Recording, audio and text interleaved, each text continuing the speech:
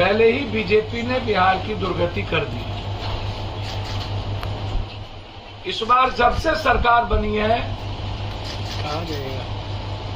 BJP गठबंधन की, तब से आयो राम गयो राम, आयो राम गयो राम, अब जाएगी कब जाएगी, अब जाएगी, अब जाएगा, अब जाएगा, अब जाएगा। डिप्लोमेसी हो गई, यहाँ आ गया, वहां चला गया। मतलब कंप्लीट रूप से वैसे ही पूरा बिहार अस्थिर है। Bihar law and order problem है। बिहार के निचले पदाधिकारी काम करने को तैयार नहीं है कि क्या होगा, कौन रहेगा, कौन आएगा, कौन जाएगा। हालात सही नहीं है। कल 7 आदमी शराब से मर गए।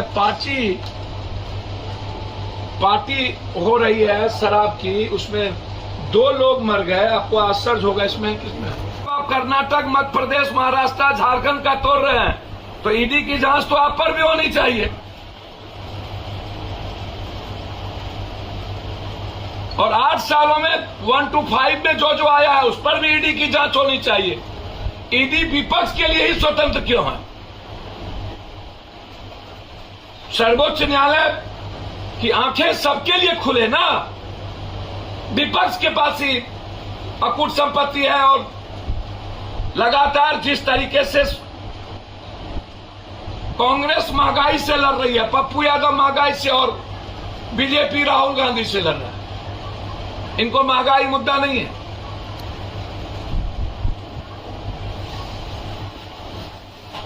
बिहार की हालात अच्छे नहीं है। कंप्लीट मुझे लगता है कि 2024 तक अब बिहार की राजनीतिक अस्थिरता बिहार के डेवलपमेंट को, बिहार के इकोनॉमी को, बिहार के साढ़े 14 करोड़ लोगों को सामाजिक आर्थिक रूप से अव्यवस्थित रखेगा। हम उम्मीद करते हैं कि जो लगातार आज हुआ कल हुआ, आज हुआ कल हुआ, ऐसा होगा वैसा होगा,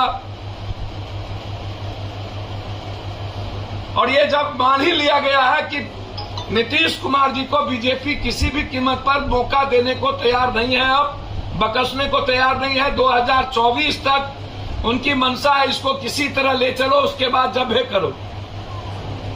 तो नीतीश जी को पहले ही अपना निर्णय लेना चाहिए। और जो देश के हालात है बीजेपी के खिलाफ, चाहे डॉलर को लेकर के हो, चाहे 1150 लेके हो, चाहे स्विस बैंक काला धन को लेके हो, चाहे महंगाई को लेके हो, चाहे चीन की जमीन पर कब्जा को लेकर के हो, चाहे अग्निवीर को लेकर के हो, पूरा देश किसान के एमएसपी और मुआवजा को लेकर के हो, नरेंद्र मोदी जी के पॉलिसी के खिलाफ कांग्रेस बीजेपी के खिलाफ लड़ रही है इस कंट्री में। आम आदमी की आवाज बनी हुई है। ऐसे समय में नीतीश कुमार जी को सोनिया जी का मार्गदर्शन लेकर के अविलंब निर्णय लेना चाहिए और आगे बढ़ना चाहिए और देश को दिशा देना चाहिए। आप भी चाहते हैं आरजेडी के साथ चले जाए? भैया, राजनीति में आरजेडी का फलना साथ जाना मतलब क्या है? लालू यादव जी लगातार बीजेपी की सरकार जाए, नीतीश जी की आइडियोलॉजी बीजेपी की आइडियोलॉजी तो नहीं हो सकती ना। वो सेकुलरिज्म से कभी कंप्रोमाइज नहीं किए। याद करिए आप, चौबे जी और गिरिराज सिंह के खिलाफ उन्होंने कार्रवाई की। भागलपुर में चौबे जी के बेटा के खिलाफ कार्रवाई किया, अरेस्टिंग हुई। कब समझौता किया नीतीश कुमार आज तक? मैं नहीं मानता। एक बात अलग है कि राजनीति में ना हम फंसाते हैं ना बचाते हैं, ये बातें तो अब हो नहीं सकती। जितनी सत्ता है वो फंसा के और बचा के ही होती है। सलाह नहीं दे सकता हूं, आग्रह करूंगा, वो बड़े लीडर हैं, कि बिहार की स्थिति जो मैं देख रहा हूं लगातार, कल मोतिहारी थे, परसों सिवान थे, उसके पहले बेगूसराय थे, फिर शराब पी करके आज 7 आदमी को मार दिया, वहां थे, कल फिर हम हाजीपुर में थे। हालात बिहार के कंप्लीट कोलैप्स कर चुके हैं। पदाधिकारी और माफिया मिल करके राज चला रहा है। जनप्रतिनिधियों का रेस्पेक्ट खत्म हो गया। दल कोई हो, सम्मान बोध नहीं है।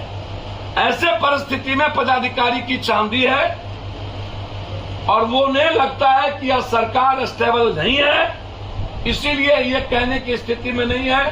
लगातार आज बनी, कल बनी, आज गई। कोरोना जब हुआ था तभी फाइनल था बम फूटना है। क्या हिम्मत मॉडल बनने की?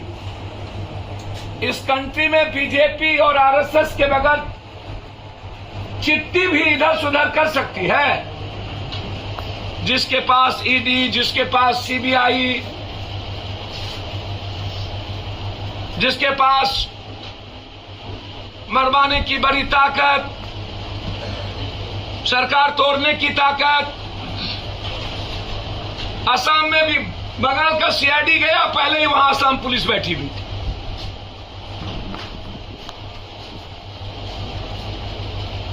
संघीय व्यवस्था ही डेमोक्रेसी में चौपट कर दिया गया। लोकतंत्र है क्या? सीआईडी को जांच से दिल्ली पुलिस रोक दी। मतलब किसी भी कीमत पर सरकार, अब मुझे लगता है कि कोई शिंदे नहीं पैदा हो पाए बिहार में या कर नहीं पाए। नीतीश जी को करना मुश्किल था, जैसे छत्तीसगढ़ और राजस्थान में नहीं कर पाए, वैसे नीतीश जी को नहीं कर पाए। तो लगातार नीतीश जी को टॉर्चर। मैं आरसीपी सिंह जी पर कुछ देखिए, यदि आप नेताओं की संपत्ति की बात करेंगे तो सबसे ज्यादा संपत्ति तो सत्ता पक्ष के पास है। और हम तो चाहेंगे कि नीतीश जी आर्थिक अपराध से सबकी संपत्ति, सारे मंत्री की संपत्ति जांच करा दे कि किनके पास कितना संपत्ति है। यदि बीजेपी चिराग जी की ये बात तो पहले ही समझ में आनी चाहिए ललन जी को, फिर भी आरसीपी सिंह जी को आप मंत्री बना दिए। और ये बात आपको उस वक्त समझ में आनी चाहिए कि आरसीपी जी मोहरा हो चुके हैं। भैया, आरसीपी सिंह जी लगातार ओएसडी थे, अब वो कह रहे हैं कि इनको सीएम चलाने नहीं आता। 4 घंटा ये भुज्जा खाते हैं, 3 घंटा सोते हैं, 11 बजे आते हैं।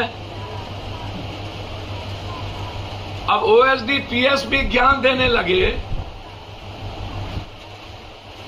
कितना भी खराब हो जाए नीतीश जी, पर्सनल लेवल पर नीतीश जी के ईमानदारी पर चैलेंज नहीं की जा सकती।